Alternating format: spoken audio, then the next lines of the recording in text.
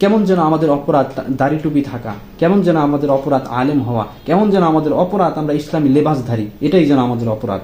অথচ এই যে 5 আগস্টের জুলাই আগস্টের যে আন্দোলন হলো, এখানে হুজুরদের, আলেম ওলামাদের, দাড়ি টুপিওয়ালাদের কোনো অংশে তাদের অবদান কম ছিল না, কিন্তু তাদেরকে কেমন যেন মাইনাস করা হয়, তাদেরকে করুণার চোখে দেখা হয়, ভিখারির চোখে দেখা হয়। বিতরণ করতেছিল, কেউ কেউ শুকুরের সিজদা করতেছিল, সিজদায় শুকুর আদায় করতেছিল, এক একজন এক একভাবে এই আনন্দকে উদযাপন করতেছিল যে আগামীর বাংলাদেশ হয়তো খুব ভালো থাকবে। কিন্তু দুঃখ এবং পরিতাপের বিষয় হলো এখনো সে আগের বৈষম্য রয়ে গেছে, এখনো সেই পূর্বের ন্যায় সেই জুলুম রয়ে গেছে। আগে যেই কায়দায়, যেই ভঙ্গিতে, যেভাবে আমাদের উপরে নির্যাতন করা হয়েছিল, মানসিকভাবে, শারীরিকভাবে, যে কোনো পন্থা, আগে যেগুলো পন্থা ছিল প্রত্যেকটা পন্থা এখনো চলতেছে। যেমন কিছুদিন আগে যে ডেইলি স্টার, এরপরে প্রথম আলোর প্রধান কার্যালয়ে যে ভাঙচুর করা হয়েছে, আগুন দেওয়া হয়েছে, সেখানে আমরা ভিডিও ফুটেজে দেখেছি অসংখ্য মানুষ সেখানে অংশ নিয়েছিল। সেখানে সশরীরে এমনও ভিডিও আছে যে যাদের চেহারা দেখা যাচ্ছে, সশরীরে তারা হাতুড়ি দিয়ে সেগুলো পিটাচ্ছে, আগুন জ্বালাচ্ছে। তাদের মাথায় টুপি ছিল না, অনেকেরই মাথায় টুপি ছিল না।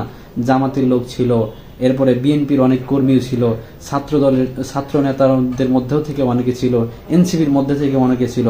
কিন্তু দুঃখজনক হলো, আফসোসের কথা যে গ্রেফতারের সময় এই ডেইলি স্টার এবং প্রথম আলোর কার্যালয়ে ভাঙচুর করার অপরাধে বা এই একটা যে ইস্যু, এই ইস্যুকে কেন্দ্র করে হুজুরদেরকে গ্রেফতার করা হয়েছে। এমনও হুজুরকে গ্রেফতার করা হয়েছে যারা কেবলমাত্র ফেসবুকে পোস্ট করেছে, আর কোনো অপরাধ নাই, পোস্ট করেছে, সে যায়ও নাই সেখানে।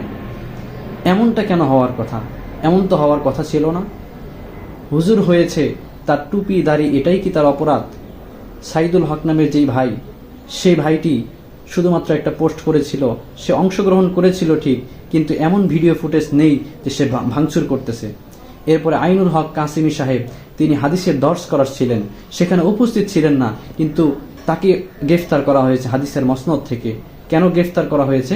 সে ফেসবুকে পোস্ট করেছিল, এটাই তার অপরাধ ছিল।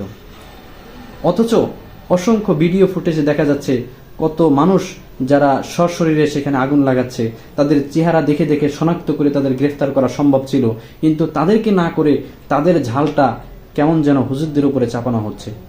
সেই আগের সেই নাটকগুলো আবারও মঞ্চস্থ করা হচ্ছে।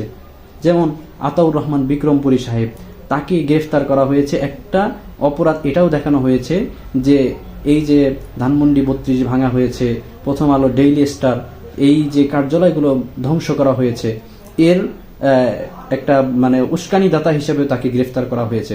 গ্রেফতার করা হয়েছে আবার কিভাবে? যে গাজীপুর মহানগরীর যে পুলিশ, তাদের অনুরোধে তাকে গ্রেফতার করা হয়েছে।